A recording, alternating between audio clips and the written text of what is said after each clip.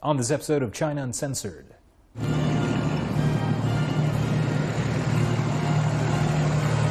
Guys, it's supposed to be a silent invasion.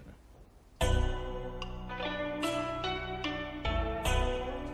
welcome to China Uncensored. I'm your host, Chris Chappell. It's one of the most controversial books of the year, Silent Invasion by Professor Clive Hamilton. It details how the Chinese Communist Party is infiltrating Australian society and politics. I sat down with Professor Hamilton to discuss why he refuses to be silent about this invasion. Thank you for joining us today, Professor Hamilton. It's a pleasure to be here. Great. So in Silent Invasion, you talk about dark money, spies, and gullible politicians. Which should we be most terrified of? Well, it's a constellation. I'm sorry, I wish I could pick out one, but this is the thing about the CCP's influence operations in Australia. As one intelligence official described it to me, he called it a full court press. I'm sure your American listeners will understand that basketball term. I had to look it up. It means an all-out offensive. And so what I described in my book is a whole series of operations whereby the CCP and its agents of influence in Australia and from China have attempted to influence, at times with great success, all of Australia's major institutions, from politics to media to business and, of course, into universities. Yeah. Well, I really appreciate the basketball reference. It sounds like the Communist Party really scored a touchdown. So, was there when you were doing the research for the book, was there anything that surprised you? I was constantly surprised. Nothing is sacred. No area of Australian society, politics or culture is free from influence if there's an opportunity there. And so, as you say, that was one of the shocking elements that I came across, the way in which, and I don't want to exaggerate this, my understanding is this has only happened in a small way so far, but the way in which agents of the CCP have made themselves present in the congregations of Chinese Christian churches in Australia. And of course, the CCP is officially an atheist organisation, and so the infiltration is certainly not because the CCP feels as though it needs to inject a spiritual element into its ideology. Mm-hmm. Is the Communist Party's infiltration targeting any particular political party? They're quite eclectic in their political tastes. They'll infiltrate anything that they can. What impact do you hope Silent Invasion will have? I wrote the book in order to wake up Australians as to what is happening. To give them a full picture of the nature of these operations and more particularly why. Why is the CCP targeting Australia in this way? So really it's to bring about social change, political change in response to what I see, as many others do, as a really big problem in Australia. How does this affect your average Australian who might be more concerned about rugby or Vegemite or whatever the average Australian is into these days? When I've been going around the country giving talks, chatting to people about the book, is that it seems to me that a very large number of Australians had a kind of sense that there was something wrong, that they'd picked up something in the newspapers or in their local community about some kind of intrusion from the CCP or a major Chinese corporation that worried them. There was a kind of unease about what's been happening, and therefore many non-Chinese Australians and a lot of Chinese Australians have seized upon the book as a way of explaining more broadly what has been happening, this kind of niggling sense that they've had that there's something odd going on that's made them feel uneasy. So. And what was your reaction when your publisher told you they weren't going to publish Silent Invasion? Were you like, wow, I wish I had included that story in my book? I was shocked. I was deeply shocked. Alan and Unwin I've worked with for many, many years. They have been extremely enthusiastic about the book, right up to the day before I got the phone call and said, we're pulling the plug. And they said subsequently that, and the phone call and in writing subsequently, that they did it because they were afraid of retaliation from Beijing. And I thought, it's a kind of brilliant but unwelcome vindication of the essential argument of my book. Yeah, so it really worked out for you. Well, at one level, it certainly drew a huge amount of publicity to the book, and suddenly the publication of my book became a free speech issue. Mind you, it's not a pleasant thing to spend weeks and weeks feeling, with good reason, that the state security apparatus in Beijing is keeping a very close eye on you. I mean, am I at any risk being here with you right now? Well, we did have a spy sitting outside of this building who was carrying with her what I was subsequently told was probably a sniffer, which is a device that looked like a mobile phone, but in fact is a quite sophisticated electronic device that can pick up all Wi-Fi and mobile telephone communication inside a building. That sounds fun to be getting that kind of attention. Well, it does unsettle one, and after a while you do start to take notice of things around you that normally you wouldn't bother about.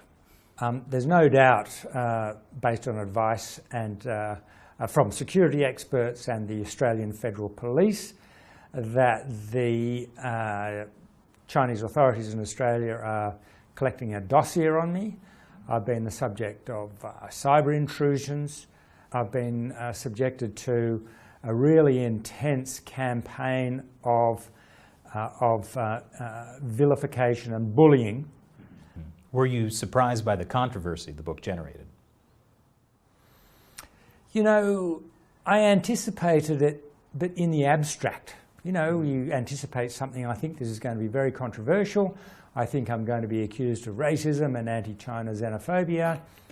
But when it actually happened, it kind of comes on you with an intensity and emotional oomph that is really quite hard to take. I mean, you need to have the skin of a rhino to not want to crawl into a hole and stay there.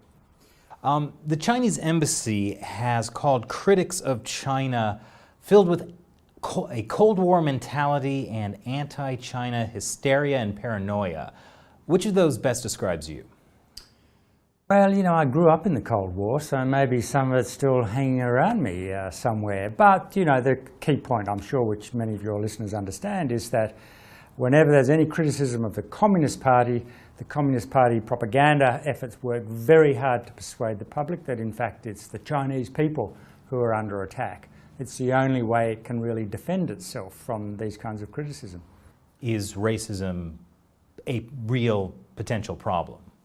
On the question of whether the book will stimulate racist elements in our society, anti-China feeling, that was my concern from day one. I took every measure I could as I researched and wrote the book to avoid the possibility that the book could lend any credibility to those anti-China racist sentiments on the fringe of our society.